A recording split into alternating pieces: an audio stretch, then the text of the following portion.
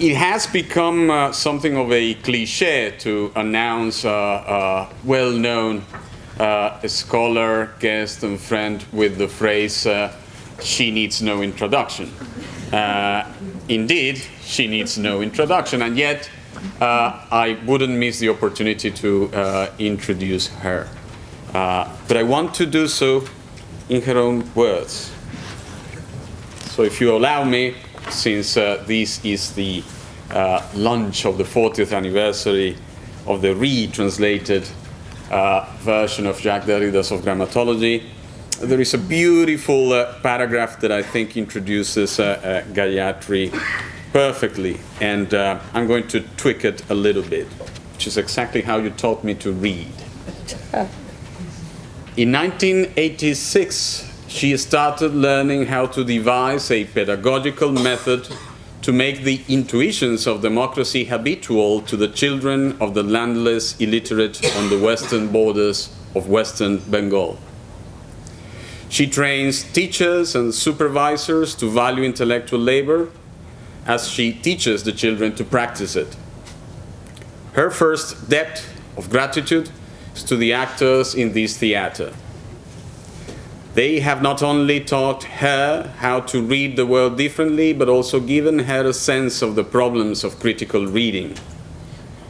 She has thanked the adults personally for this massive education in the play in the world. And I want to thank you today. For 40 years, her mission has been to expand what she calls her circle of debts.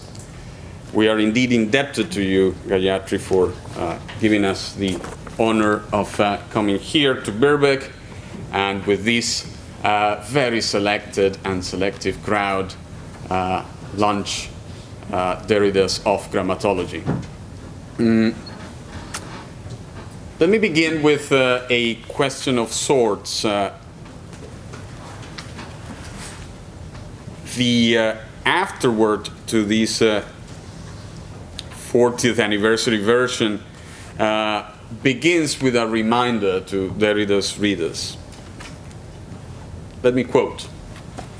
The word ethnocentrism is on the first page of Grammatology, and it is indeed a critique of the ethnocentrism and Europocentrism, that is the word that Derrida used in the mid to late 1960s, of the dominant philosophical tradition, indeed intellectual tradition of Northwestern Europe.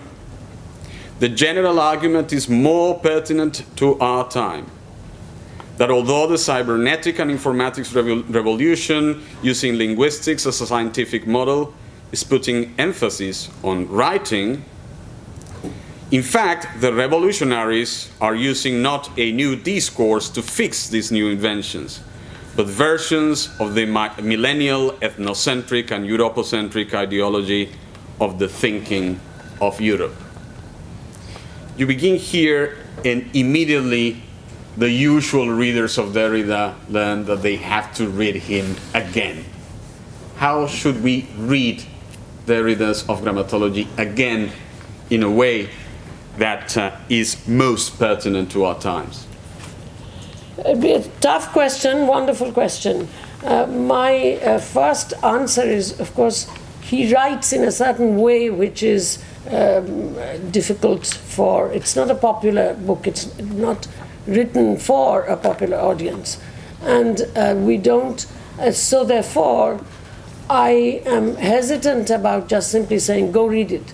I would say that those who, I mean, it's written, let me backtrack a little. Is there anybody here who was in Austin, Texas for the Modern Language Association convention in January? Because, you know, crowds move around English departments. So, if not, because it's the same story.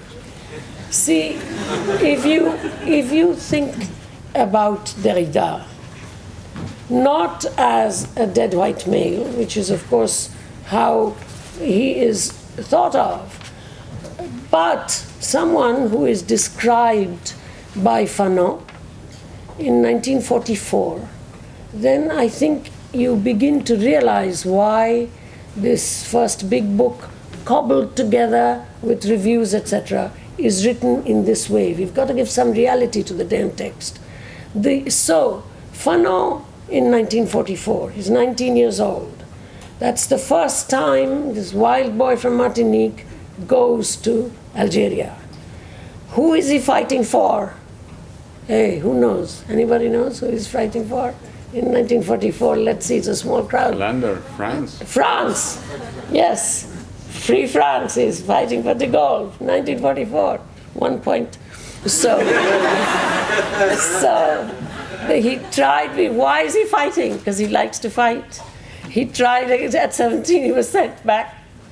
Mind you, he was a brave guy. When he said to the FLN later that I'm not going to actually get into the Maquis because and in the hospital, I get certain kinds of access which I will lose. He was not speaking as a coward, believe me. So he was decorated for bravery. But at any rate, 44, Algeria. Fanon writes home, and I quote the English translation more or less, the French hate the Jews. Now Derrida is at that point in Algiers, he's 14 years old, and he's in El Biar, right? The French hate the Jews hate the Arabs, and the Arabs hate the niggers. I'm a nigger, I can't get to know the people here. This is Fanon using the word nègre, of course. So the thing is, if you actually think about this background, then you begin to realize that I realize it myself. I'm an English honors graduate of the University of Calcutta. To be inside that tradition of philosophy, to like it, God knows I like British literature. There's no problem there. I would be an idiot if I said it's Eurocentric and so on and so forth. Who is going to translate me into Bengali a sentence like absent thee from felicity a while? So, you know what I mean? So let's not joke around here as to why is another question. But at any rate, so therefore to learn it so well within this tradition where the French hate them, and he is trying not to hate the Arabs, there is proof of that. So Sephardic Jew, so swarthy that when he and I went out dining, since my cultural information is so strong, he was invariably taken for Indian and he would play along. The fact that I speak with a basic colonial accent, which is not Peter Sellers, and he had a French accent, nobody noticed this. He was Indian, see? So therefore, that fact of questioning the Eurocentrism of the thing, and the fact that the writing is in a tradition which says, look, I'm as good as you. See, I teach French, European, and German literature at Columbia. I don't teach South Asia. In other words, I'm competing with the blonde-haired, blue-eyed boys. So when you're doing that, as Derrida is doing there, you don't write. Today, we have made it possible to be able to speak differently. But at that point, you don't write as if you are a dumb Jewish boy from Algeria. So therefore, he's writing within the tradition. And in La Différence, he's trying to prove to the French Philosophical Society that not only is he a critic, but he has a new way. So you cannot expect to understand him if you are threatened by this history. But I will say to you with great respect that the same is true of Hegel. You can't, I have heard someone recently say that Hegel is from my area and perhaps we should try to see if he's writing in dialect. And I said to her, it tells me a lot about you and nothing about Hegel. So, therefore, I can't say immediately, reread Derrida and you will find something against Eurocentrism. Derrida writes from within the European philosophical tradition as practiced in France to criticize precisely the European philosophical tradition. A certain degree of familiarity with the background is needed for anything. If I started giving my lecture in Bengali, you would need to know the language. And believe me, I can certainly give this lecture in Bengali right this minute, on this level. But you will have to know the language. So that's the reason why I took so much time to answer your question. He's not just a wonderful way against you. You need what you need for that. And that's what I am. Not a good one, but I'm an example of that. I'm not a good one, believe me, a teacher. The teachers are still needed, even as universities are being trashed. So, therefore, I mean, believe me, in the United States, tenured teachers, 50% in the last decade gone down. 26% regular tenure track teachers. I'm not joking. So therefore, and most of it in the humanities. So what I would say to teachers is, especially in this country, that rather than look at him through the turf battle of analytic and continental, teach him with the sentences that Oscar has quoted in mind, that this guy is trying something different. And I would also say about the analytical tradition, just a story, Saturday morning. Arindam Chakravorty, who is a Strawson PhD and wrote on Frege, also has made it his business. I mean, I'm not much of anything for classical languages anywhere. They're wonderful things, but they're not like spoken by God. But nonetheless, he learned Sanskrit well enough to be able to philosophize at Tirupati, where the lingua franca, unfortunately, is spoken Sanskrit because India is multilingual, right? And there's no access to English for these philosophers. And so then he wrote a little book, A History of European Philosophy in Sanskrit, from Descartes to the present day. And of course, Indic philosophy has a very old tradition of rational critique. In the 12th century, they became, before Aquinas started Christianizing Aristotle, they became new critique, right? Navya Nyaya. So it's a very old tradition.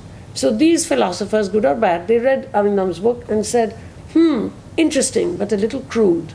But of course, that analysis of the analytical tradition here is not going to, which is recent, is not going to go through, because nobody, this is why I'm taking so long. One needs preparation in order to be able to judge something. Democratic judgment is taught, it's not natural. So therefore, yes, it's the teachers who have to remember the third thesis, Marx's third thesis on Feuerbach. The educators must be educated.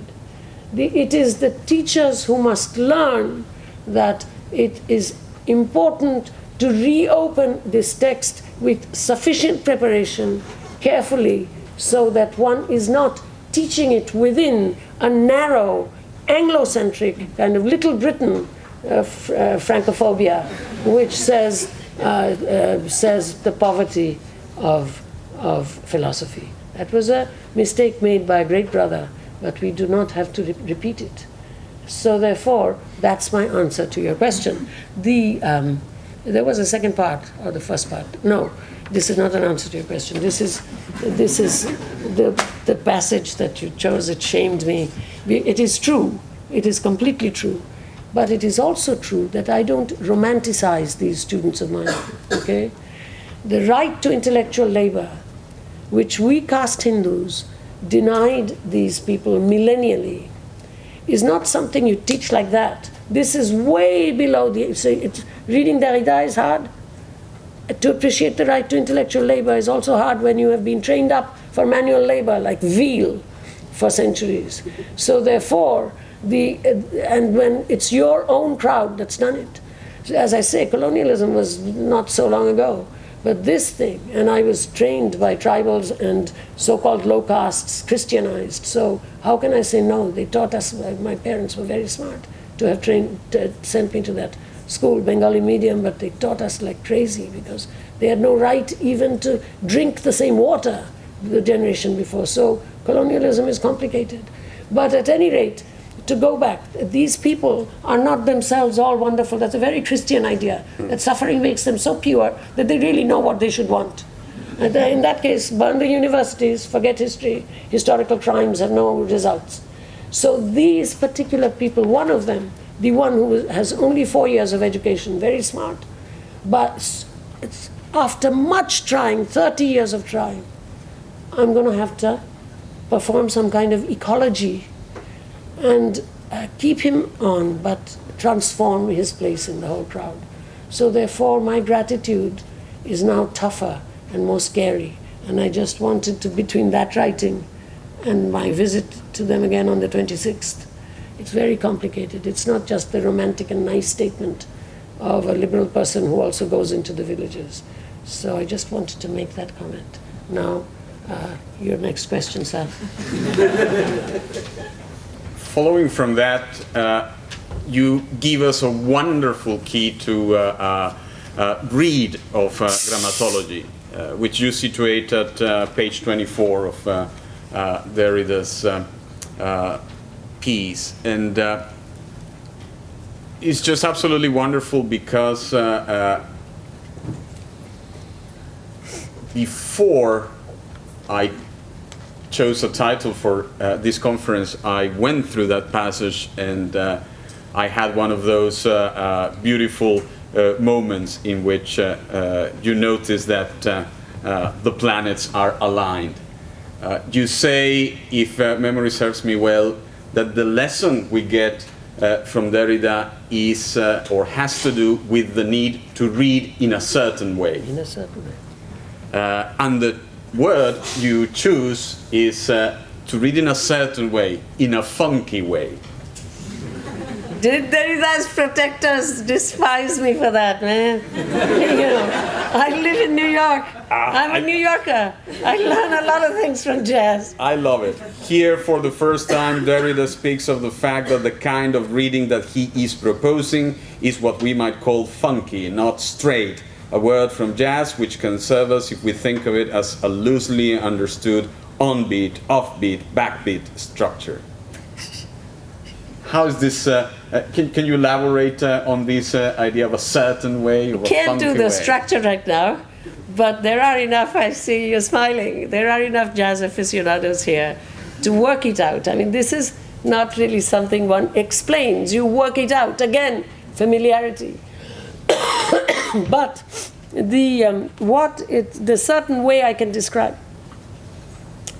the certain way is, remember, there is a terrible critique of double ethnocentrism in the Lévi-Strauss reading, which we meet every day today, and we understand there Raymond Williams can be brought in.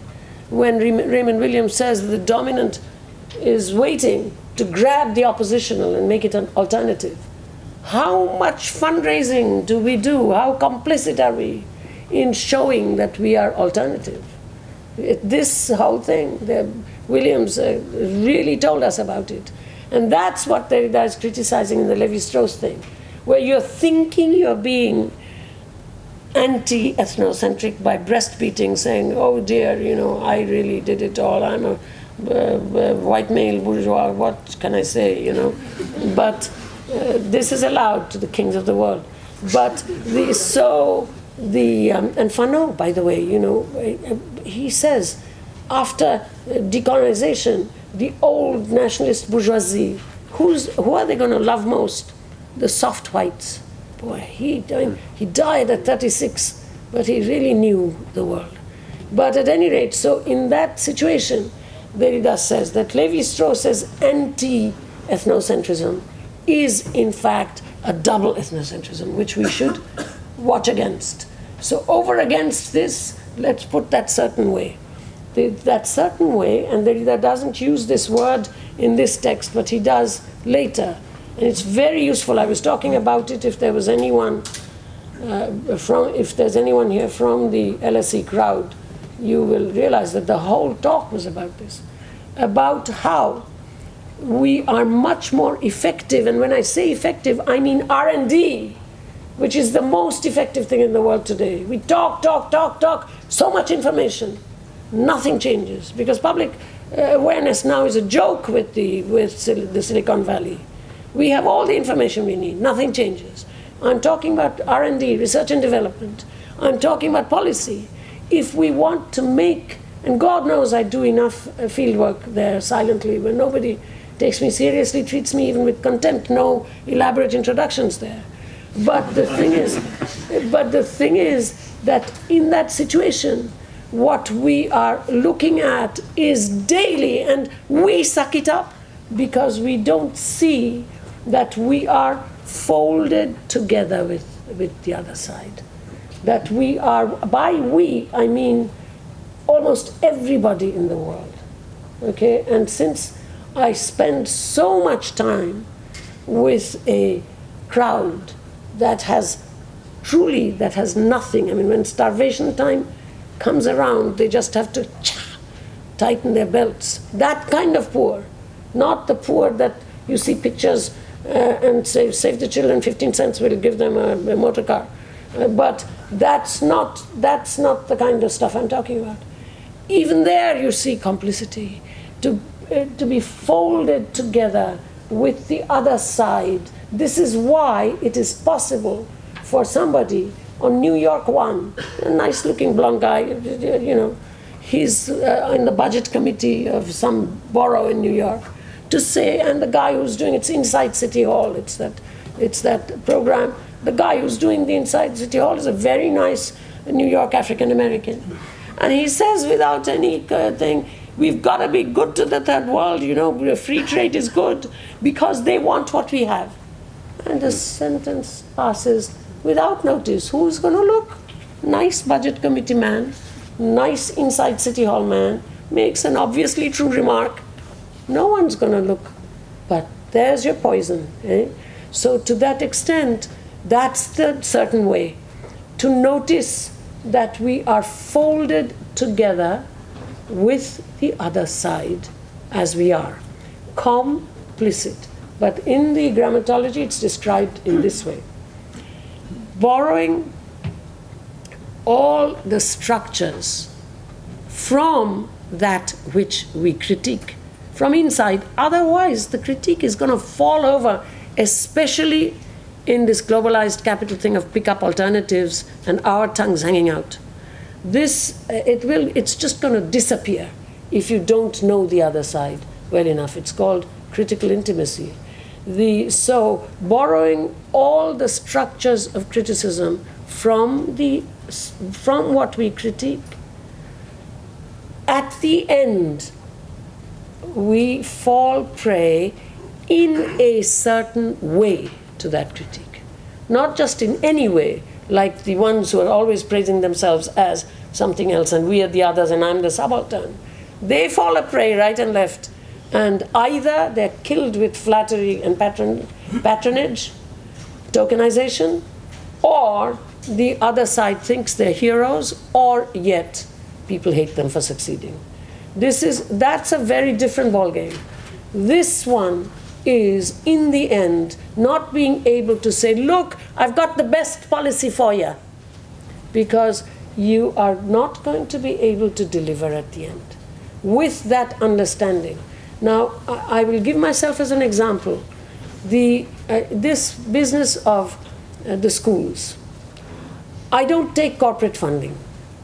People think, oh, I hope that this is what they think.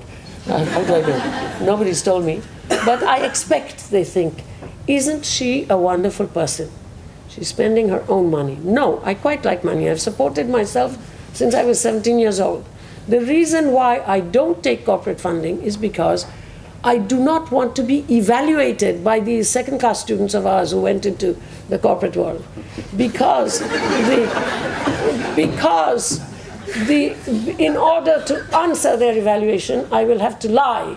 And I will have to say, I'm succeeding here, here, here, and here, according to these brainless frames. I work with the World Economic Forum. I know what I'm talking about. Knowledge management, producing little ways of evaluating so that at the end of the day you can say we succeeded. I don't need that. You know, it's like changing the rules of the game if you're losing. So therefore, I do not want to be evaluated. And I don't want to say I'm succeeding.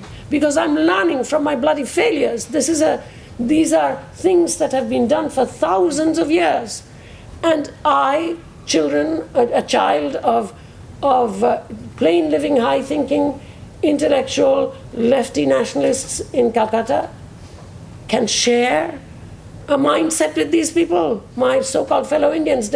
Democracy has an arithmetical standard of equality which is very harsh, which is why these bad people, man-made corruption, I'm sorry, private joke, West Bengal Legislative Assembly elections is the mark of my voting. But at any rate, so these people can bring in democratic structures. Democracy is utterly hospitable. Anything can come in. I saw this in 91, the Front Islamique du Salut. I was quite active in polling booths in Varan. So therefore, what one needs is an educated, not an informed. How to use information is something else that has to be taught. Informed is good, but educated electorate. So from that point of view, all I can really acknowledge is that I am failing to find ways that the intuitions of democracy can be not just my rights, my rights, my rights, because that's, as Freire knew, at the end of the day, shaming the state into giving justified rights is not necessarily the best possible long-term thing. But at any rate, so in this situation, I'm not going to say I am succeeding, therefore no corporate funding. And then another thing is, I'm their enemy.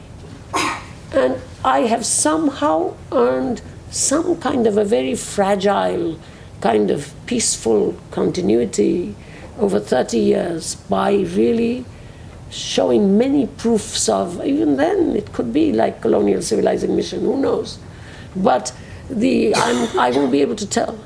But therefore, I don't want to bring in people who will be speaking in another language with me about them that they don't understand. That trust is going to go right away.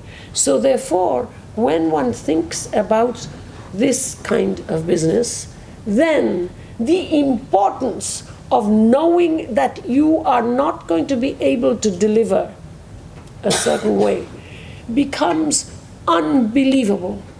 And this is almost completely counterintuitive. This is another reason why Derrida is not liked.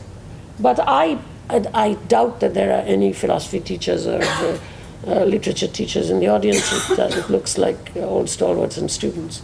But if you are there, I say to you, it's the teacher who has to realize that you build the future not with the quick vanguardist techniques of pre-party formation. You build the future within the double bind of one by one yet collective. And that's the way in which this thing about complicity and this thing about acknowledging failure and learning from it as a robust practice rather than some crabby, you must succeed type petit bourgeois ideology. This is something that has to be practiced. So that's the page 24, fall prey in a certain way to that same critique. And I will say to the sister who had here a panel, perhaps it hasn't taken place yet, or a paper which says deconstruction and reconstruction. See, that was the project. It failed because, and it's nobody's fault, because language is bigger and more powerful than we are. Language has a much bigger history than our lives. We are a moment in it. And so language took, and especially prepared with that other kind of politics, language took the word deconstruction and made it into a sexy word for breaking up. We had a very good word for it, which was analysis, breaking up. But deconstruction sounds nicer. So that thing, what he was trying to do was he was trying to undo destruction and put construction within it. Deconstruction. So I will say to my sister, next time think it through, don't use that phraseology, okay? I'm just doing a little teacherly thing here. If you want to really look at what it does, don't take this on the ground. You can, doesn't matter. Language will move on its own. But if you are an academic, then you have signed a contract to do a homework. And so therefore you use the word, it's a different kind of relationship. It's like a prize fighter's fists. If a prize fighter, believe me, my high point is that I lectured on the same series as Muhammad Ali, the most beautiful man I've ever seen. 1978, he was wearing a suit, not his thing. And 1978, University of Chicago. If a prize fighter uses his and now hers fists in public against you, the punishment is for using a lethal weapon. If I hit you with a fist, I won't hit you, but I did hit a guy who was very racist in the London subway, and a little trickle of blood from he didn't expect an Indian lady to hit him, and he fell down. And I'm so bourgeois that I called Scotland Yard, and I said, I'm very sorry, I have aggressed a person, he's sitting here, I'm in the station.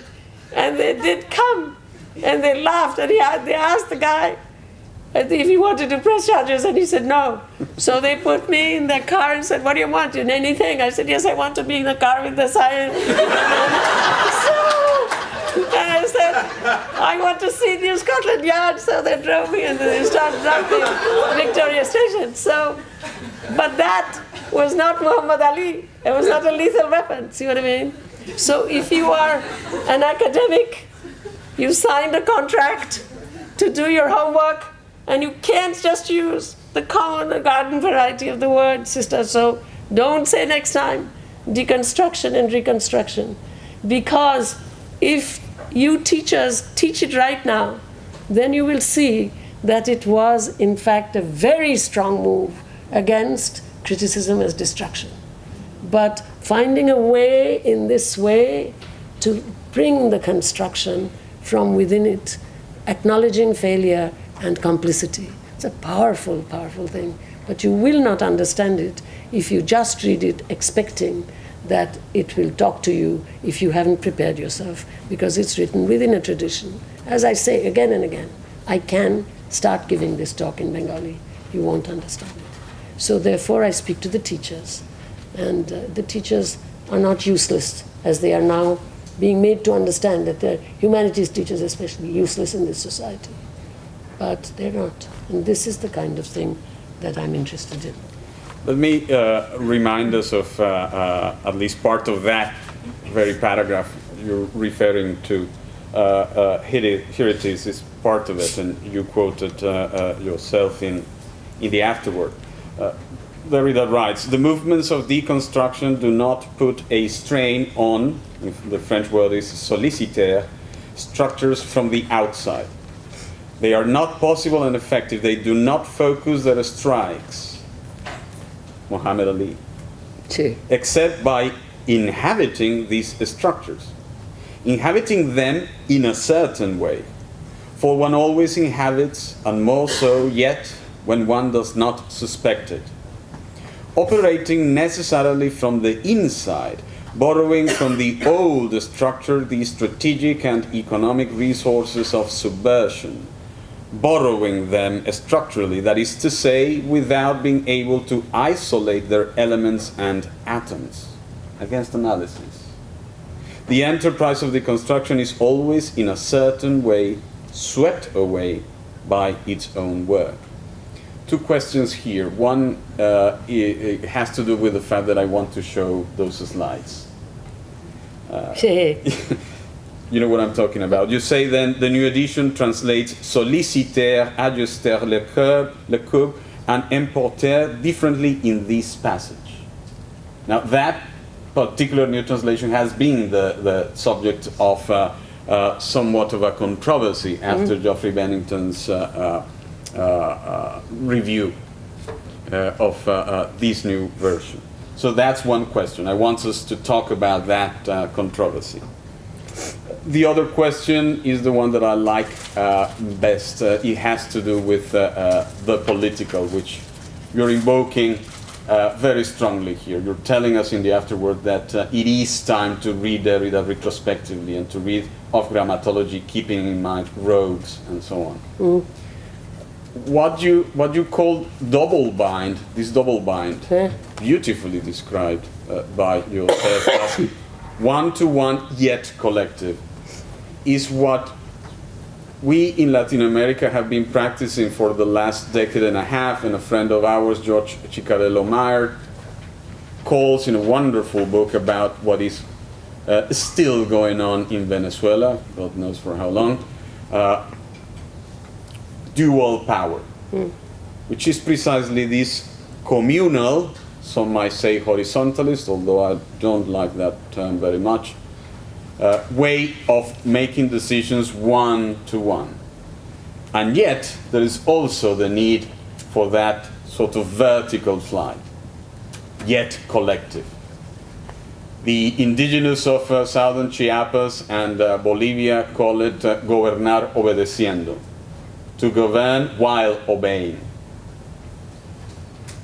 This is precisely the organizational structure that allowed these progressive governments of Latin America to gain power, and it is its operation which has scared so much the old bourgeoisie, so that they are now yet again in the business of coup d'etat. 6 have occurred in Latin America since 2000. 3 of them unsuccessful, 3 of them successful. The last one we know about is, of course, the one that has put yet again on trial our friend Dilma Rousseff. Yes, yes. So these are the 2 questions that come out of this passage. One, the controversy arising from Bennington's review. The second one, this immediate, if you like, connection between reading in a certain way and politics. Well, you know, before I answer, just talk in response to your questions, I will say about Dilma Rousseff, you know, I hope you like this man, because many of you, I think, will know of him, John Evans. Does anybody know of him in this audience? He is the head of TUAC, the Trade Unions Association, something, right? One thinks of it as TUAC, of the OECD. A really good guy, and I had a face-to-face conversation with him about an hour and a half on the 10th or 11th of last month. I must say, I mean, he was exactly, as you talked about Dilma, he was at a loss as to how to deal with that. And we who work even in straightforward feminism, you know, I'm not even talking about the wonderful developments within feminism that have taken place and that are taking place every day. Just old-fashioned, straightforward men-women feminism. Even we recognize that something of that is involved here. Wouldn't you agree? Absolutely. It's such a bloody shame. Oh, it's very clear. In fact, the proof of that, you know, we were there some weeks ago, and when we were there, one of the main journals published a picture of Dilma shouting, See? decomposed, and the caption read, Dilma's mental instability. It turns out that the photograph had been taken during a football match. And she was actually celebrating a goal. As you do. Goal! As we do in Latin America. You go like, goal. We go, goal! And that's what she was doing. But the editors of this journal just zoom in on her face and put that caption there. Yes. You know, like Michelle Obama, the cartoon that came out, despicable cartoon where she's shown like a man with a penis bulge. See, this is just a ridiculous thing. I mean, much more than ridiculous. It's criminal. But at any rate, so it's Venezuela. I see Vida Prashad is sitting in the audience. I don't really want, you don't feel like coming up and giving us, 2.5 minutes? Oh, please. Okay. It would be nice, though. See, I didn't know he was, because I mean, he's really so much more sussed out on that than I am. But At any rate, let's talk about Bennington and Company first. You know, I have my sympathies for him. I've known him since he was a graduate student. I understand that he feels everything ought to be correct. The problem is that it's hard for people to understand that they are dealing with a person who was in fact questioning some of these values. See, I don't know any French. This is completely accepted by me and others, including my students. So, I'm not hiding behind any knowledge of French. I'm not a French PhD. I'm not a native speaker. And I went to a university which was so poor for 1957, 59, 55, 59, University of Calcutta, that we had no language departments, and except for English. And therefore, it was not possible for me to do any language or anything. I have had in my life I think Jeffrey even writes about this, one semester of French at the Alliance Française at the Centre Culturel in Calcutta in 1960. Now, the thing is that I was obliged to go into comparative literature with no French and no German, 3 months of German, from Irmgard Bhaduri in Mandeville Gardens in Calcutta, who was the Saitist Gelt. Boy, she was so casteist, Bhaduri. See, married to a Brahmin freedom fighter, she was a widow. So that's all the French and German I had. But because I had borrowed money to go, I had no work permit. I was 20 years old. I had no work permit. I had certainly no visa. And I was about to be deported and so on when Deman, because he had one free slot of financial aid, which he would lose otherwise, asked me. I thought at the moment it was because I was brilliant, obviously. But later I asked Paul, isn't that what it was? And he said, Gayatri, too smart. Anyway, so, and you know, if I goofed, he could still, even in those days, have argued cultural difference, right? So I went in to complete with no French and no German. And in fact, I'll tell you that Jacques himself quite liked the fact that someone who did not know his name, which is how I had bought his book, just off a catalogue, and whose French was really not, he never spoke to me in anything but French, whose French was not learnt in a French imperialist situation or through a PhD, had known to like the book and translate it. You know, he said this to me a number of times, and to the end of his to the end of his life, he said, "Grande traductrice," for that reason, for the effort that was reflected in this. So, but the whole idea of correctness. First of all, it is, I think, fantastic that they're doing all the posthumous stuff. You know, Committee of 4, but it doesn't mean that all of our old translations, David Allison, Alan Bass, the psychoanalyst, with all of his particular, quote, mistakes, unquote, Barbara Johnson, the Shoshana Fellman student who had her own preferences, and so on, that those translations with their own histories should be demolished and made correct. And because, as a comparative literature person, I have said again and again that every language in the world can be a first language, which is learnt before the reason kicks in which the semiotics of ethics are written. And, you know, one could talk about Lacan here, but at any rate, therefore, when we translate so that there will be some folks who will move toward the original. So therefore, I think it's a mistake to think that any good translation can be a correct translation. And I now want to show you 3 pages. One from Hegel's Phenomenology, good translation, Miller. One from Marx's Capital 1 or 3, I forget, solid translation, the Penguin. And one from Lacan, good translation, Norton, Fink.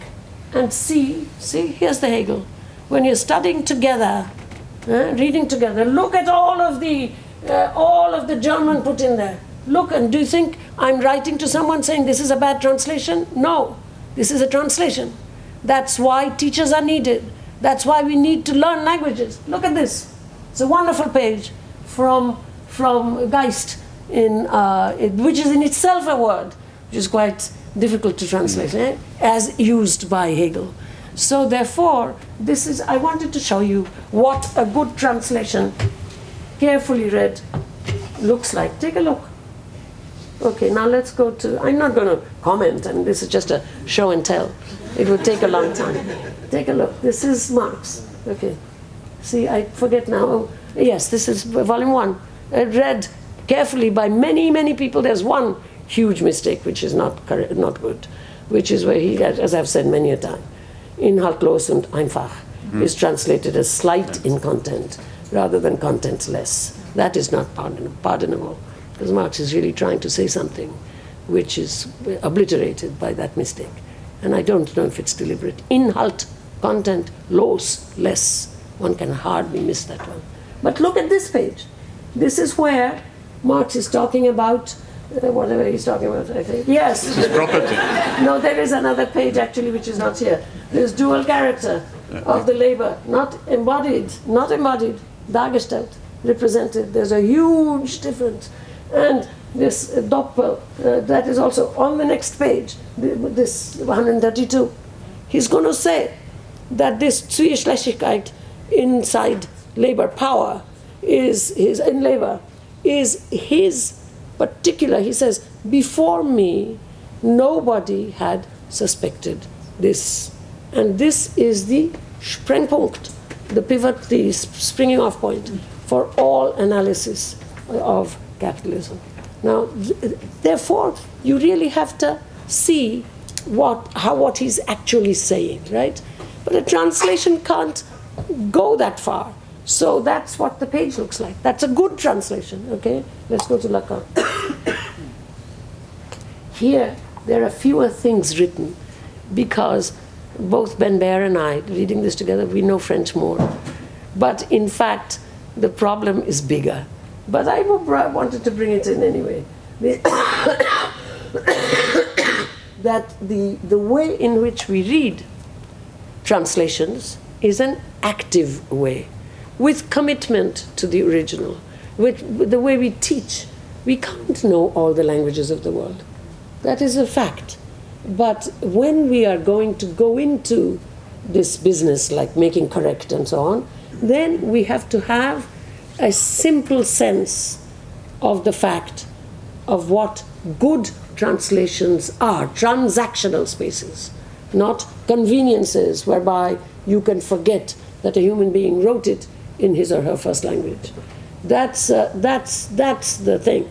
Now, I will go another step, which is that at one point, Derrida, who was a man of great kindness, except in his sexual politics, we won't go there, but he was a man of great, but this is a problem, unfortunately, it really isn't a joke, is it?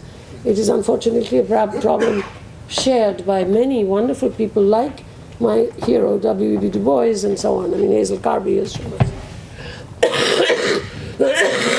So, Derrida was a man of kindness, and to me, to others. And so, therefore, this particular tendency in Jeff was not particularly missed by him. So what he did was he offered to Jeff something called Derrida base, so by which Jeff would write an account of exactly, a correct account of exactly what Jacques Derrida meant. Okay? And that book is called Jacques Derrida. But what did Derrida do? Every night, taking Penelope as his model, he unwove what Jeff had written during the day, and at the bottom, a running commentary called Circumfessions, which showed how he was not an example of what Jeff had written during the day. Now, this drama is not something that, again, only a teacher can talk about this. And also in the text itself he says this. So therefore, how did Derrida try? When Derrida criticized his students, like his beloved Jean-Luc Nancy, a wonderful man, he did this in this particular... I was last night with Aisha I was taking Derrida a little bit as my model. He's a difficult model to follow. But this critique was already in place. I will go yet another step, naming no names, and I'm making no transition and making no connections, okay? I will just tell a story. If you can make the connection, then you will know what I'm talking about. If you can't, let it go. When Rosa Luxemburg was brutally shot and assassinated and called a whore, nothing more serious than that, as she was dumped into the thing. After that, Clara Zetkin wrote a wonderful, loving, she was a very close friend of Rosa Luxemburg's, essay. And so did Louisa Kautsky. Now, toward the end, Louisa Kautsky was also a close friend. Toward the end, Rosa Luxemburg and Kautsky, Louisa's husband, had said he'd become much more liberal and so on. They had engaged in a political polemic, completely public, about the fact that Kautsky was incorrect in moving into the liberal, onto the liberal side. So Louisa Kautsky's eulogy at the end trashes Rosa. And Clara Zetkin says pretty much what we could summarize. You go ahead and look at these things, they're online. What we could summarize as, you are speaking not like a woman, but like a wife. Now, I will not make a connection, I will not make a transition, I will not name any names, I will not say anything. But Geoffrey Bennington is not alone. So this is my feeling about that intervention. The actual thing is three examples which are preferences. One incorrect thing which Ben Baer, if you were in Austin, already pointed out in a friendly way in my presence. And I responded saying, you see, the translation already has to be modified, and decided that I would make a correction on the next thing. The intent there is to shame me. There is the whole thing of straightforward gender politics with the wife and in the background, which I talked about. And the next thing also is an outsider. As I say, not a native speaker nor a French PhD. So, I mean, what is this? It's a scandal that the first big book should be translated by, I mean, Derrida's biography, every time he mentions my name, he says a Bengali. Eh? He's saying about everyone what state of what country they come from. So, so this is a joke that somebody like that, not just with no French, but an Asian from someplace else, should be translating this book, and that should be the one that made that kind of an impact. That's and that translator's preface, which I don't think is a good preface, but if I can take an example again from great guys, I'm not comparing myself, okay? I'm just happy that this thing exists. I really am not, okay? Please don't get it wrong. 1872 preface to the Communist Manifesto. Clearly available, okay? I mean, it's not like some esoteric thing, like the letter to Zasulich, which one should think about when one reads that Marx page. But what do Fred and Carl say? They say the sections on revolution in this manifesto have become outdated, have become outdated because we saw the failure of 1848 and we saw the failure of 1871, and then they say something which we should remember when we are doing postcolonial. They say the lesson that we learned from 1871, the Paris Commune, the failure of 1871, was that you cannot take over a state machine, Staatsmaschine, which is translated as machinery of state, not good. You cannot take over a whole state. The Indian Union should know this. We inherited, that's why our elections are so decrepit, as that thing is departing. That thing is departing because it wasn't something we made. And so now we are becoming something, we are going back to some crappy notion of an unacknowledged genocidal theocracy. But at any rate, to go away from India, so they say that it taught us that you cannot take over a state machine all prepared and make it work against itself. 1871. And then they go on to say, and also in the last 25 years, there's so much change has taken place in big business. That's their word. The big is not translated in the English for some reason.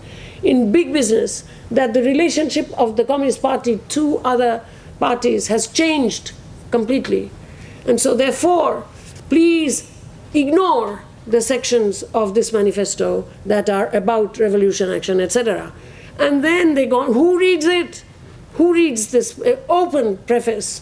And then they go on to say that, on the other hand, we think that this is a historical document and we do not have the right to make changes. And thus, we present it to you, they write. So, to an extent, please remember, there is no comparison here. The Communist Manifesto cannot be compared to the translator's preface, I would have done, But I had the same kind of feeling. I knew that there was much wrong with it, but it really had brought forward many people in all kinds of places, in Asia, in Latin America. Eduardo Cadava said that he broke his teeth on that one. So I felt that they wouldn't let me change it anyway.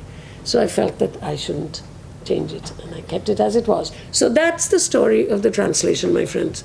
What I'm going to do, I think it really is a more complicated story than just, oh yes, it's a bad translation. And I showed you some good translations. What I'm going to do, most people who are really fighting for me saying, don't touch it. No, I really don't know French. So I will sit down, and I can name these names, they're my good friends. I will sit down and read 2 chapters together with Gerald Prince, who teaches French at the University of Pennsylvania, a very close friend. 2 more chapters with Bernard Harcourt, teaches at Columbia. He's actually French. And then that'll make 4. 2 with Bashir Diagne, who also teaches at Columbia. That'll make 6. And for the last one, I'll have to find someone, because I don't want to impose more than 2 chapters on a friend. And we'll see that if there is something that absolutely should be changed, we'll change it. Big deal. And the avertissement will be called something else. It won't be called forward. That's what I'll do. I just spoke to my editor and I said, no, don't listen to my supporters who are saying, keep it as it is. Well, what's in it for me? But as for the intervention, people should be themselves ashamed that this is brought forward. And shall I tell you for whom I made these? There won't be any PowerPoint in Calcutta. There's a book launch on the 24th. So I'm carrying 300 handouts. Because, as Lakshmi Subramaniam told me, Gayatri, you got to say something. Because the Bengali guys who really want somehow to say, even my Bengali husband said, you're so famous because you prostituted yourself to the United States. I'll make you Bengali. You could hardly write a Bengali sentence.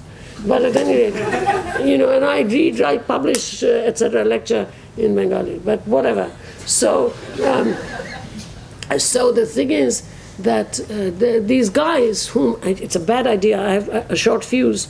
I sometimes embarrass these guys in public. Right? This is not correct. In fact, one guy of that sort from a city university in New York, after, I trounced him because he said Demand was a Holocaust denier. What kind of crap is that? So, I gave him chapter and verse and I said, no, sir, ta-ta-ta. And then I go home, on the email it says, I could have defeated you, but I chose not to. And let me say that the pink, because my hair was dyed, the pink doesn't go with your wrinkles. I quote. And so the thing is that there are these kinds of guys in Calcutta who have come out of the woodwork, okay? So, and you can be sure that I will not speak as nicely and sweetly as I did here. And so therefore, I made those translations, I made those pages for them. Okay? So there is the kind of politics in this intervention which is in itself shameful. So that's my final comment. Before we go to the Latin America! Don't worry. We'll have time for that. Anyway, we call on Vijay. But before we go to the audience, one last question, because it would be very nice to complete this schema of reading in a certain way. You then tell us that Derrida does two things. He first begins to look for European texts to deconstruct, but very quickly he sheds these texts. And then you say he goes beyond Europe.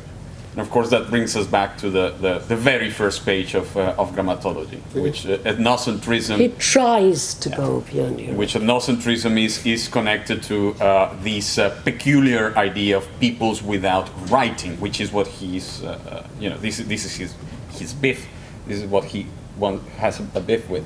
And then you bring this notion of reading in a certain way very nicely to bear upon today's Europe in this way.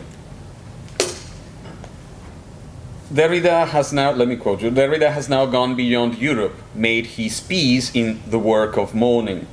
He tacitly acknowledges that the supplement arising in the difference, the spacing between the words for reasonable and rational, is part of the responsibility of the non-Latin, read not Euro-US, read not Security Council majority countries of the world as well. Therefore, he can ask Europe to rethink itself as a new violence is unleashed, and you're quoting him in Rogues, as we watch the so-called European Union, no more than a collection of debtor and creditor states, bring itself to crisis today in 2015. How can we ignore this line from Rogues? That is why, to quote him, let me repeat, the theme of a spacing, the theme of the interval or the gap, of the trace as gap, of the becoming a space of time or the becoming time of a space, plays such an important role as early as of Grammatology and Différence. At the head of the book is a text from which Derrida draws his initial question. Herein the question. What political tale would illustrate today, in the same tradition, this morality in the fable? Oh, yes. And you know, the tale is the tale of the Wolf and the Lamb in whatchamacallit, in La Fontaine. Yeah. You know, it's a simple thing. And boy, it really is like today's politics. You know, the wolf says to the lamb, you drank from, I may be misquoting, you drank from my part of the thing, right? And he says, no, sir, I didn't. I never drink water from here. Says, in that case, your brother drank. So, no, I have no brother. Doesn't matter, it's the lamb, right? So to an extent, this is today's power politics, right? It doesn't matter, you go anyway. But that's the book from which Rogues draws its thing. And what does he do in Rogues? When he's reading of grammatology, when he's writing of grammatology, we understand that in a sense, once again, I don't know if you're here, but deconstruction, reconstruction, okay? This chapter will show you that this is not about, deconstruction is not about destroying. There's an apocryphal story that Deman told Jameson, Fred, you can only deconstruct what you love. I don't know whether Deman actually said this to Jameson, but there is something in it, critical intimacy, right? So to an extent, what Derrida is doing there is looking for a text that's going to be embraceable in the deconstructive embrace, in the critical intimacy. And he finds that in a minor text of Rousseau. And we show, and you see how slowly he goes to do this. And why does he like that? Because he stumbles on a word used by Rousseau, and he acknowledges the language, the history of the word in the language. Not particularly by Rousseau, but he sees how the power of the word breaks through, and the word, as is well known, is supplement. Now, and so therefore, this is the reading he gives. Now, at the end of his life, and you see, this is why he has to be taught. It's counterintuitive. You cannot read him in the way in which people, I mean, for example, I really respect David Harvey. And he certainly knows the texts of Marx, and certainly for sure the text of the tradition of Marxist criticism much better than I do.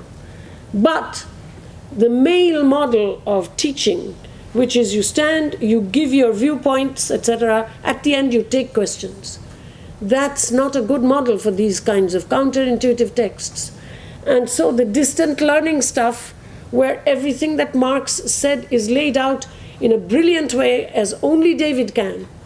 Nonetheless, it's the idea of knowledge as knowledge about knowledge. What are these people going to do knowing everything as David Harvey knows in Marx? So to an extent, there is this huge book, this thick, called Démocratie à venir, democracy to come, okay? On the other hand, no one particularly noticed the rhetorical way in which, this is why I say you won't get it just by itself. I'll give Yeats as an example. I wrote a dissertation on Yeats, so I kind of know him, and that's why. There may be other people. So, in Yeats's play, The Death of Cuchulainn, there is Yeats is a figure there. Of course, he's not called Yeats, but it's very clear. And he says, this text is for my schoolmates only. You need to have followed him through with all of his vision and everything.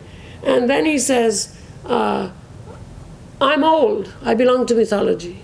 See, this kind of poetic stance is something that is not allowed. Our nice, I mean, I call them the copy editors of history, who for example, correct Du Bois because he used the phrase general strike to describe the fugitive slaves who joined the Union Army and changed the direction of the Civil War. So why did Du Bois make this mistake? The copy editors of history are busy correcting him. So that's not the way to read primary texts. You have to see why this learned man wrote this way. So Derrida, therefore, has to be taught also. He that hath ears to hear, let him hear. See, I can quote alien texts in translation. But at any rate,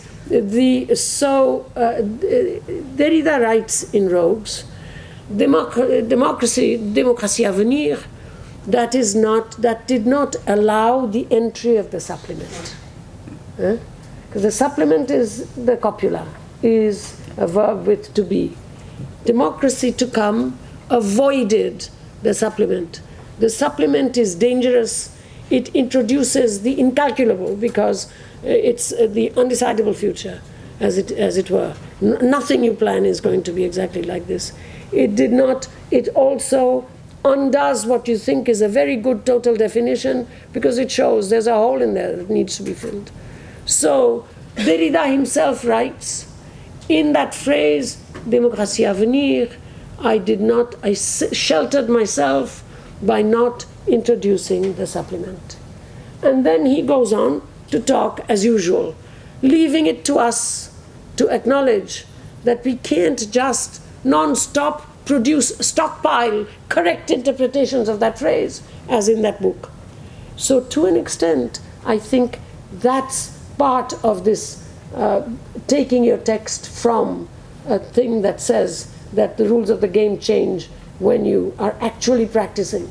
You can't just go back to the text and interpret it. And so where does he go? He says, since we can't get away from Plato, let us at least echo Plato. And his echo is Ovid's echo, the echo who is punished, again a gender punishment, who's punished so that desire cannot be spoken except a repetition of the person desired. And even then, an imperfect repetition. So, okay, if we are still, and believe me, we are still, even when we are doing our Afrocentrism and our Indocentrism, I feel myself with contempt because of these alternative epistemologies. There are alternative epistemologies, but not accessible to people who offer these alternative epistemologies, and therefore this echoing is happening with unacknowledged echoing. So at any rate, he says, let us echo Plato, since we don't seem to be able to get away from him. And then he says, if I could, see, like Rousseau, if I could. Remember, this is a lad who tried not to hate the Arabs, knew some Arabic, it went off, okay? If I could, I would clasp the Quran in a deconstructive embrace in this way.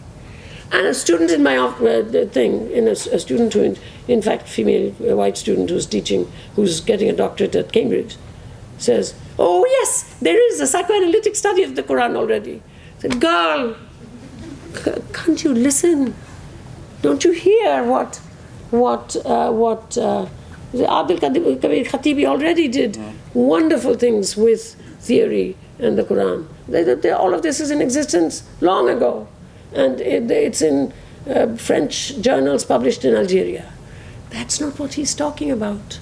He's talking about extracting in this counterintuitive way what he extracted from Rousseau, but he does not have the preparation, and he's close to death.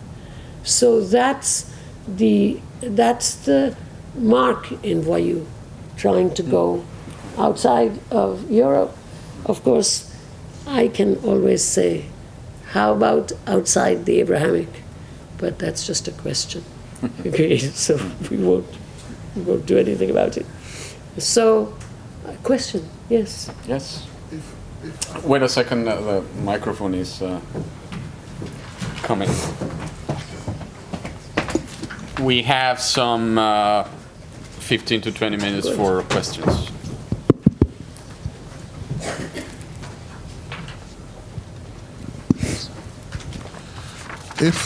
Can you hear me? Yes.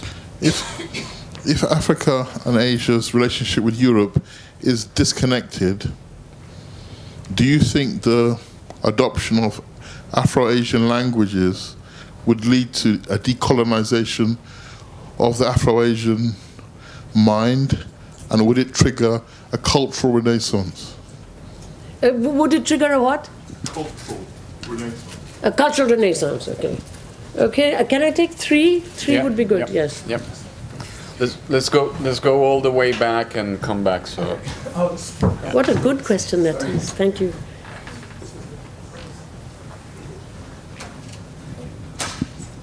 Hi, thanks for your contributions. The first time I came across your work was during my undergraduate degree, and it was reading your translation of Imaginary Maps. And I was wondering if you could elaborate a bit on the way in which you were able to render the familiar strange in terms of italicizing the English. And I was wondering if it was informed by the sense of playfulness and provocativeness with which you've been talking about your translation of Derrida, if that was informing your translation of Bengali into English, and there was an element of confrontation in that. Okay. There were many hands. I know that it's about Derrida, but I was thinking about your critique of Deleuze, and also that Deleuze and Guattari have been used in Brazil for the idea of decolonization of thought, especially by a very famous anthropologist called Viveiros de Castro, who used his work to claim for the decolonization of thought within anthropology. So when you said that it depends on the readings of Derrida, so your comments about Deleuze, and if it's possible to think about Deleuze and Guattari within this tradition of postcoloniality and decolonization. Okay, for the first question, I don't, you see, Africa and Asia, first of all, I completely sympathize with, I'm in the same struggle, and I'm very fortunate to say that I am a very close friend of Ngugi wa Thiong'o. We met in 1966 when I was 24 and he 28. So therefore, I'm speaking from within. But I don't think Africa and Asia, and indeed Europe, are unitary places. And I think the deliberate disconnection is not possible because capital is not human. Although it is managed by human beings, the way in which it moves, it can't move on its own. Hang on a second, let me answer, and then I will have to answer all three. Hold your thing, and then you will tell me where I'm wrong or right. So therefore, don't forget what you were going to say. So therefore, when we look, remember Marx's metaphor, he always used the metaphor of the human being behaving as a capitalist in terms of that rat that had been already killed in a play, Goethe's Faust, and people were singing a song about how the rat had been poisoned, and when it was poisoned, it was twitching as if it had love in its body. That is always Marx's description of the capitalist as capitalist, because the poison of capital, used capitalistically, not for social justice, is what makes him twitch like that. I know you want to say something, but there are two more people, and so let me give you an answer, or maybe I should answer the other two, and then I'll let you add to your question. That might be a better way. Let's do that. No, not now. So let's do that. Let's go to the other questions. So the imaginary maps. Now, I never did say that I was playful with translating Derrida. I was utterly serious because I thought this was a young, unknown person, Derrida, and I certainly was very young, an assistant professor, and I knew that I didn't know enough French. So I had never had a philosophy lesson, either as an undergraduate or as a graduate student. I put myself to school. What you see there is almost the first reading of Nietzsche and Husserl and so on, okay? So there was no playfulness there, utter seriousness. And there was also no playfulness in translating Mahasweta's. I think the task of the translator is to efface himself or herself and enter into that other space. And if one really thinks about playfulness or plays with the text, I think it is irresponsible to the readers. And so I was there too. I was trying to be as careful as possible with what I was doing. And thus, I would say that translating, as one translates, one is like, at least I am like, someone thrown into the water doesn't know how to swim. So you're just following the lead of the text. And to that extent, it was not that different, translating from Bengali and translating from French, both into English. I've written a long piece called Translating into English, which is, because translating is not just a fact, it depends on what you're translating into. And English is in a very special place today. So therefore, if you want to really get my view on this, it's in a book edited by Michael Wood and Sandra Berman.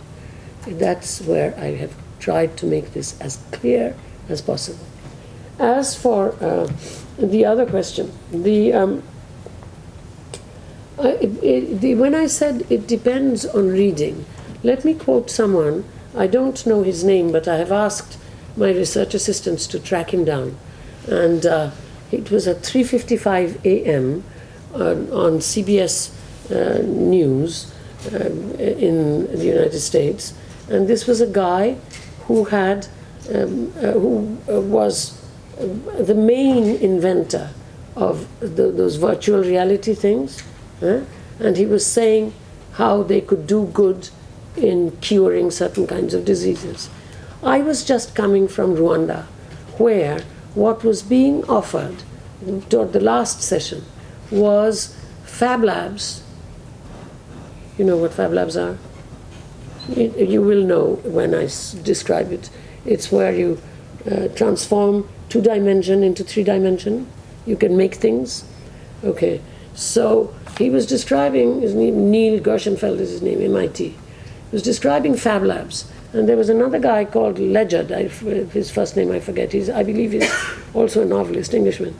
And he was describing drone ports. And what they were saying, and this is already in existence or just about to happen in Rwanda, that the roadways are not, we are not going to get roads and railways soon in the African context.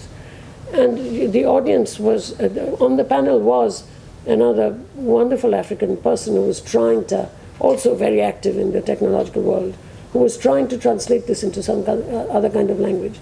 So he was saying, but the skies are underused, so therefore the transportation should be done through drone ports. Before that, I had been in a session where one was talking about opening the skies and liberating the airways, etc. Now, so then they ask, who's going to make the drones? And the Fab Lab guy said, well, there are Fab Labs in the drone ports, and the Fab Labs are going to make the drones. Now, and this is how Africa is going to go forth technologically. Okay. Now, this guy, no talk about, and when one man asked the very obvious question about the unemployed youth, he said, you have to rethink how things are made, because you can make everything you want with the Fab Lab. So the fact that you have to get a job in order to get money, to get things, is you have to rethink this. Now, what I was thinking about was the first writers like Kant, Adam Smith, James Stewart, who invented the word industry. It's written big in the middle of a page, who were absolutely surprised by, my God, people actually can not make things for themselves or for someone who orders them for himself or herself.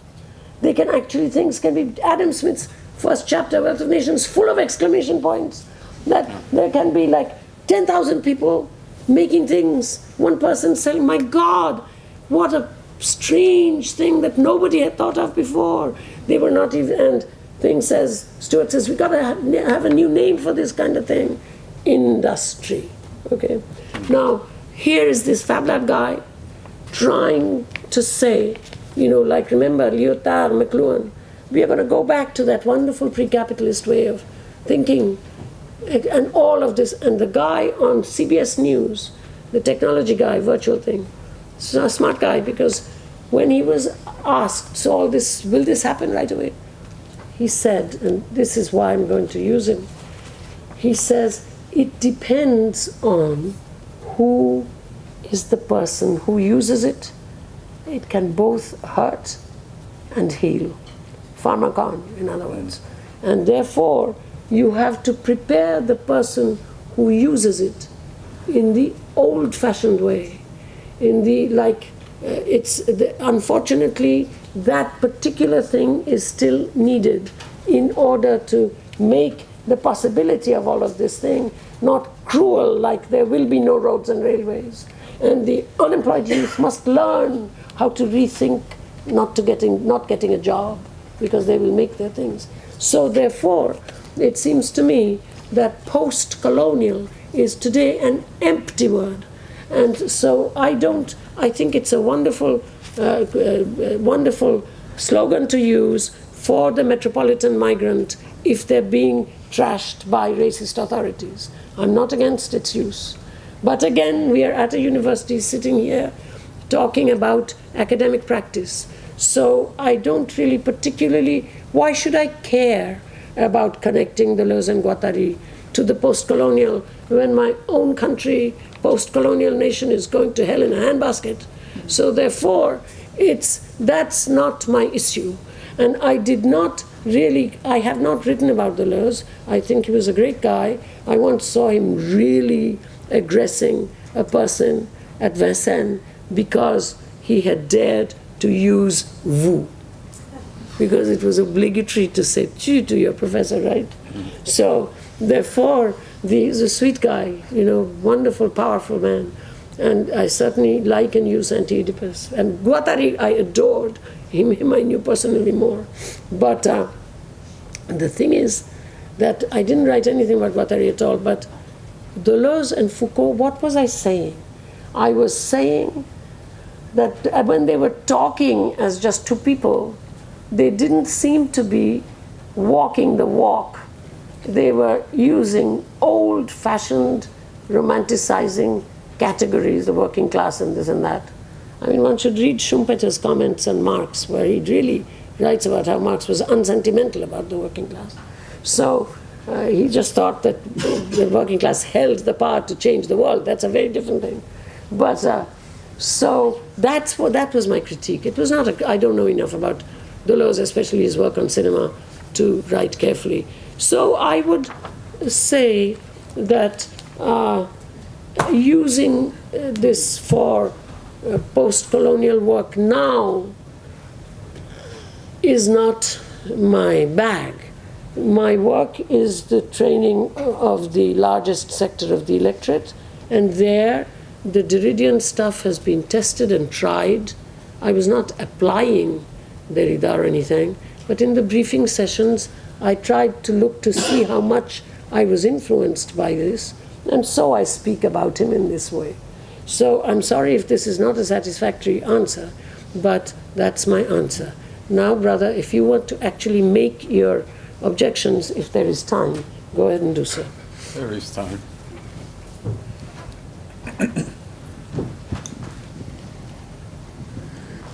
I think we all agree that slavery and imperialism devalued Afro-Asians.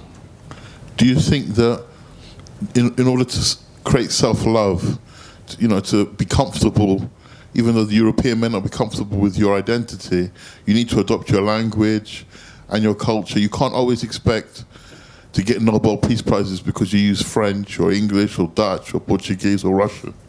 You have to adopt your culture, even though Europeans or Africans or Asians who have adopted Western systems may be uncomfortable with that. Okay, I believe you already know the answer, which you have just given. That's fine.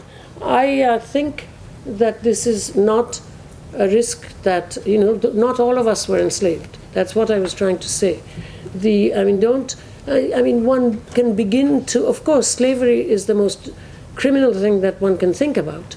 But the fact that there are also upwardly race-mobile folks who can take the position you're taking would completely undo the people who have nothing yet. Why is it that and I'm very involved in Africa. Why? And I'm involved also in India. I'm not praising India, no, I haven't once. I'm an Indian citizen. So therefore, I do not have to prove anything. Not all of us were enslaved. I'll tell you two stories. The idea that there was anything that is there is something that is accessible to all, quote, Africans. One can quote things, stupid things. Stupid, I'm going to make a stupid quote. This is what allows them to say Africans are bad. Osei Bonsu, as you well know, the Gold Coast king or chief wrote, sorry? Ashanti, of course. Of course, I mean, I don't need the correction. Osei Bonsu was his name. He wrote to Victoria, as you well know, saying, why did you stop the slave trade? It was a good way, this is in existence. So therefore, African slavery was very different from chattel slavery in the United States, when independent commodity production, so-called, helped. Now, brother, I can see you want to tell me your point of view and that I'm wrong. Then there can be no answer from me. It is an answer different from yours. So since you're so impatient to say what you want to say, I think I cannot really give you an answer, because you really have to make space for someone who doesn't agree with you. Is it just to use your own language or native language? No, I think this is a remarkable mistake today, because the idea of, now, we are trying to create a database from a very minor rural state university in Ilorin, Nigeria, of the unsystematized first languages of Africa. Why? Not because people can use these languages and people who have no access to the metropolitan spaces and say we are disconnecting. Those are so that there can be a way for the so-called developers full of goodwill who go into, let's say, the savannas of Nigeria, killed when oil was discovered, who go into all of these spaces where these agricultural workers can't, like the people I teach, they can't think West Bengal yet. And I'm not talking something that I've read out of a book. They can't think Nigeria yet. And the developers who are going in, having learned a little bit of Swahili and a little bit of this and that, they think these lingua francas, yes, we are really approaching. One of the women, HIV in Kenya, said to one of the health workers whom I know, this is not from books. I actually see these people. Teju just gave a talk about interviews in Colombia, and I'm asking her questions, and it appears she never saw these people. Somebody else interviewed them. So these people then said, this woman said to Karim, the wonderful health worker, HIV-laid woman, said, of course I can understand Swahili, but you're not speaking to my heart. Now, this attempt, so this database is not for researchers to learn or the UN to preserve. It is multi-portal, a simple way for these developers to learn phonetically the languages that, thank God, were not systematized, because they have a flow of a different kind. So that, in fact, this work of capitalism can become something. How can I think? আমি তো বারবার বলছি যে যদি বাংলায় আমি আপনাকে বক্তৃতা দিই আপনি কিছু বুঝতে পারবেন? কিচ্ছু বুঝতে পারবেন না। সেই জন্যই বলছি যে শুধু নিজের ভাষা ব্যবহার করে কোনো লাভ নেই। আমি আপনার সঙ্গে কি করে সম্পর্ক স্থাপনা করব? আমি যদি আপনার সঙ্গে বাংলায় কথা বলি এখানে বসে, আপনি বুঝবেন একটা কথা। সেই জন্যে শুধু ভদ্রলোক যারা, শিক্ষিত যারা নিজেরা কোনোদিন কৃতদাস হয়নি, তারা শুধু আমরা আমাদের ভাষায় কথা বললে কিচ্ছু হবে না। বুঝতে পারলেন কথাটা? কিচ্ছু বুঝতে পারলেন না। See, that's what I mean about using your own language in this globalized world. So we are not going to knock Europe. So therefore, the idea of the disconnect. I'm going to talk now about the other thing. If this were not the case, then, you see, I stop. Because we can't really have a conversation. If we had the intuitions of democracy, we would let other people speak. I'm here as a person speaking. You want to tell me again and again, if you use your own language, then you have disconnected with Europe and you are not undoing the effects of slavery. Grosso modo, if you were with me in a situation which was not this one, I would say we should just agree to disagree. Because nothing is going to happen except you coming back to me with the same thing and me going back to you with the same thing. What is going to happen is we're going to have another round of questions. Sorry, we're going to have another round of questions. I know you said you don't work on South Asia. I'm not an academic. Speak up. Anyway, the theme of the conference is creolization. I just wanted your thoughts of it in the South Asian context, historically and maybe today. Two more. I just wanted to follow up on the debate you were having about using one's own language, and again, I can't really understand you. I wanted to follow up on the question here about using one's own language, and just to say something in support of what Gayatri is saying, because also I'm from a post-colonial, I'm from Cyprus, and I'm using English in order to be understood and to be. But I think whether I'm using English or not, even if I were using Greek, what we need to remember is that language, even if it's our native language, is already alienating. The minute we enter language, if you take the psychoanalytic view of the castrated nature of language. Do we want a speech right now? I understand. What is the question? No, I'm just commenting in support of what you just said, that language is already a castrating agent is we're already alienated whether we use English or our native language. I wanted to ask, you mentioned Du Bois and a bit about the general strike, but could you say a bit more about how you perhaps read Du Bois and perhaps also how you teach Du Bois? Well, South Asian creolization. I think, as I have written, I think, in fact, the history of literature is the history of civilization in many ways. It's the history of creolity. And so that's written. In the South Asian context, the Creoles, of course, you see, the trouble is we see everything in terms of colonization. We have to go back further into before the play of colony and capital and see. That's why I was talking about complicity. The Creoles are mostly Sanskrit Creoles, ancient Tamil Creoles. The ancient Tamil Creoles are not Creoles because they are active as also as languages below the thing, right? So that's one of the problems, that the northern things are Sanskrit Creoles and the southern things are Dravidian languages mostly. So two different families. But the Sanskrit Creoles, I'll tell you a story. My own mother tongue is a Sanskrit Creole, which was systematized as a language in the 11th century. But when I was working with the tribals in Purulia, what I saw was, they had their own Shabur language, right?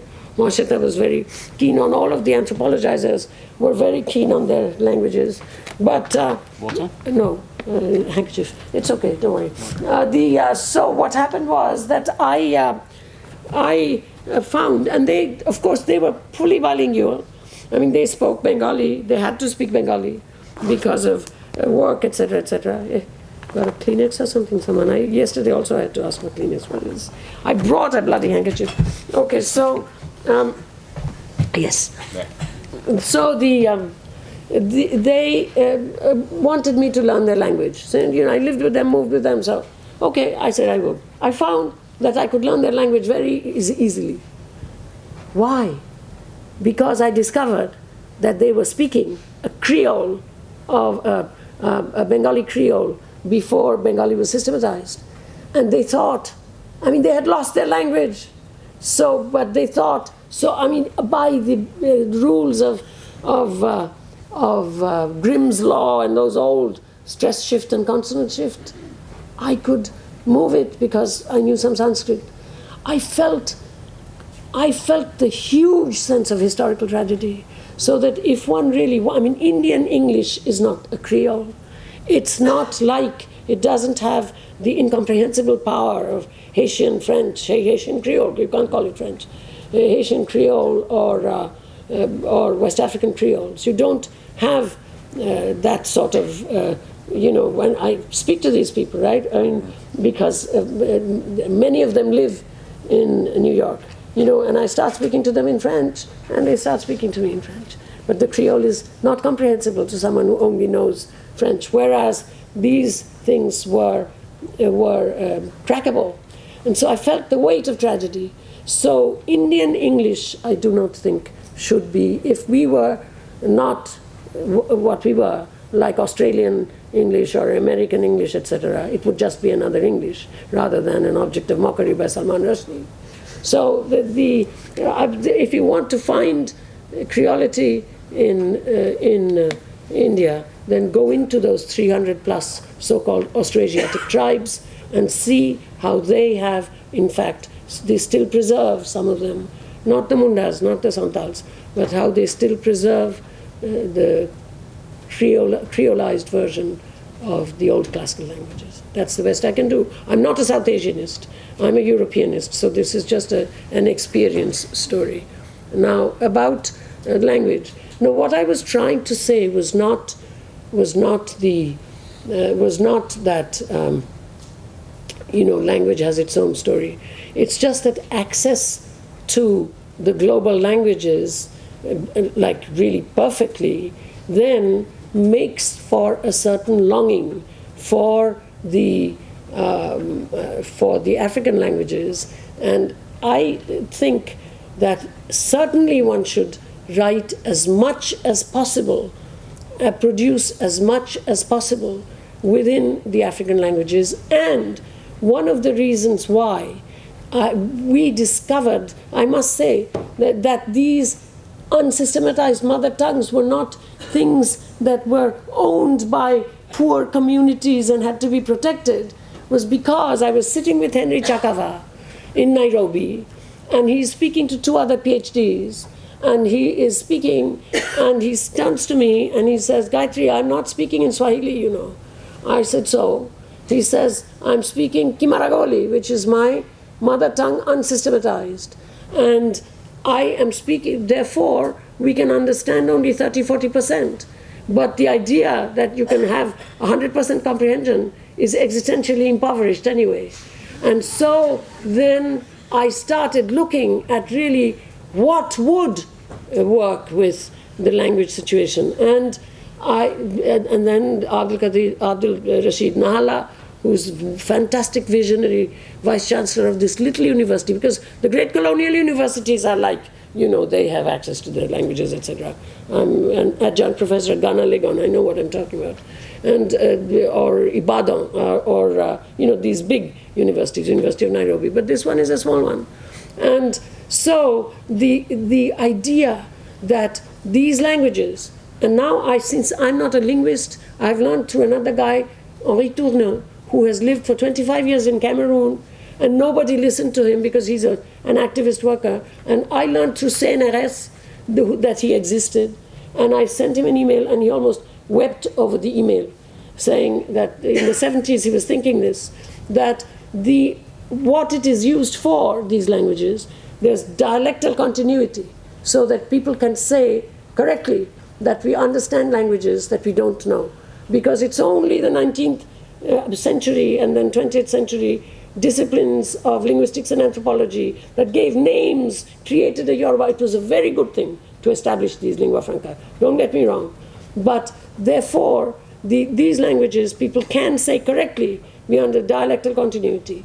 But there is also incredible multilingualism.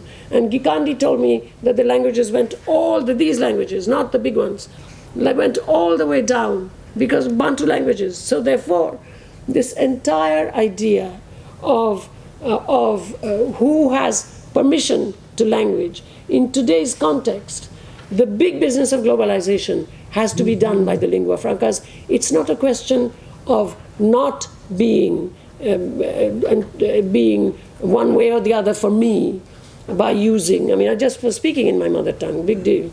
So the thing is that that's not where we're at. This is another approach, because otherwise sub-Saharan Africa would not have the greatest divide between poverty and riches, and the first-class cabins would not be full of fat cats, and then you land and there's no infrastructure.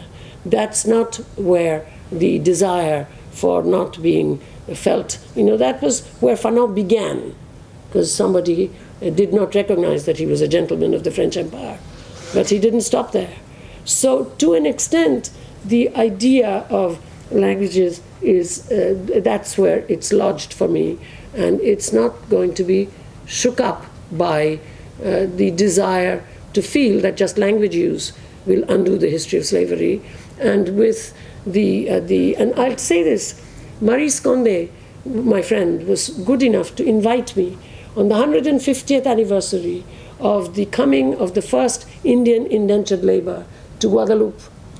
And I went there, I spoke in French too. There's still, the Indo-Caribbeans there are not well off. And so I knew that I would have to make a presentation that was not academic. So I spoke in French and I sang. I sang a song which was, for those of you who know Rabindra Sangit, not much in this audience, it's a very well-known song, Jaboi, Ami Jaboi, Ami, Banijjete Jaboi, I will go on trading. And I sang one line, and I said, I've come to apologize, because not all of us were enslaved. I've come to apologize. Here is a poem by a world-famous national poet of India. And this place describes your kind of island. Narikeler shake shake, joro batash kebol dake dake. This is Shatrajardan Manik Pavoi, Sethai Nami Jodi. Now, it's describing an island like yours, except this guy didn't know that it was already inhabited by indentured labor very close to chattel slavery from the same country. So he, this nice man, Nobel Prize winning, as you say, who's made into a hero, wrote this song where he just celebrates going to an island like yours to engage in trade, which he, of course, never engaged in. He was a landowner. But at any rate, therefore, this is where I'm at. Coming to Du Bois, he thought of it as general strike because he felt, first of all, there is here a certain idea of spontaneity, which is different from our phenomenological notion of spontaneity. This idea is shared by people like Rosa Luxemburg and Ronaldit Guho, that those who, in fact, don't have access to general education in this way, a certain intense degree of exploitation, suffering, etc., will allow them to access the world historical through other kinds of discourses. That is why in the Black Reconstruction, the third chapter, I believe, is called The Coming of the Lord, because it is, and in Rosa Luxemburg, in the mass strike, she saw that, that's how she could disprove Engels and Marx, where Marx had said in the 18 Brumaire, describing proletarian revolution, which is why my friend Balibar says Marx is not usable, one of the reasons, because he doesn't have a doctrine you can follow. And Perry Anderson said that Marx had not really theorized a revolutionary subject. Both correct, but both wrong. That's what makes him useful. But at any rate, that chapter, that paragraph where he describes the proletarian revolution, he says that the proletarian revolution, has to change constantly because circumstances change, until the circumstances point the finger, and his example, and Marx was a well philosophically educated literary person, it's not a bad example, from a misquote in Hegel's philosophy of right, which is exactly not about revolution. Everything is okay. And it is a misquote about a man who's bragging, the revolutionary in other words, a man who is bragging and who's told, okay, do it here, do it now. And there is no account of his doing it. This is Marx's description of the proletarian revolution, hic rodus, hic salta. But that doesn't happen. Rosa Luxemburg says, I've seen it happen. I have seen it happen. From 1892 on down, the incredible exploitation by the Tsarist Empire, one by one, the first one was in Baku, and then the better known one is in St. Petersburg. But they really, and then she, almost like a Miltonic thing of Lucifer's fall, one after the other, after the other, after the other, she describes these strikes. And so she says, okay, her idea of spontaneity was that this general system had made the world historical speak through these folks, whereas in Du Bois's case, black Christianity made it, etc. And of course, Ronaldit Guho, Elementary Aspects of Peasant Insurgency, also talks about it in that way. So I think, but the analysis that Du Bois makes is that these folks, one after the other, and I will not call them fugitives, because that is a more correct description. Why are they joining the Union Army? They could just have fled up the Underground Railroad. That's not what they're doing. They're joining the Union Army. And Du Bois made a very good gendered remark, by the way, at one point, where he says they had to prove by allowing themselves to be killed by war that they were human beings.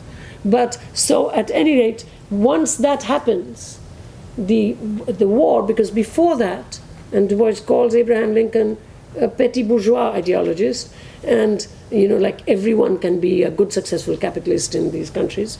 And so the war changes from the conflict between the North and South into something about emancipation.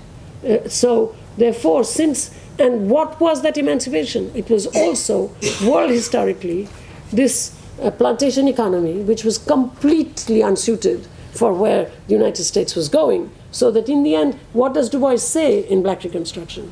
That this gave rise, thanks to the ideology of racism, to abolition capitalism. So that today, people read de Tocqueville, they don't read Du Bois. Du Bois's account of American capitalism as abolition capitalism is an account that can be applied today to global benevolence. So to an extent, that's why he thought that it did what a general strike does. It showed that the enslaved people were absolutely essential to and they were refusing, they were downing tools, they were refusing to participate in the plantation economy and trying to destroy it. And so therefore, this was as big a change in the mode of production, leading, alas, to abolition capitalism. But nonetheless, this was a general strike, and the work is still cut out for us. So this is, in brief, the way I'm learning to read Du Bois. You've been very, very generous with your time and health. In spite of your pneumonia, we have spent an entire morning here. Let me thank you for that generosity. Let's stop here, and let me ask the audience to join me in recognition of Gayatri Spivak. Thank you very much.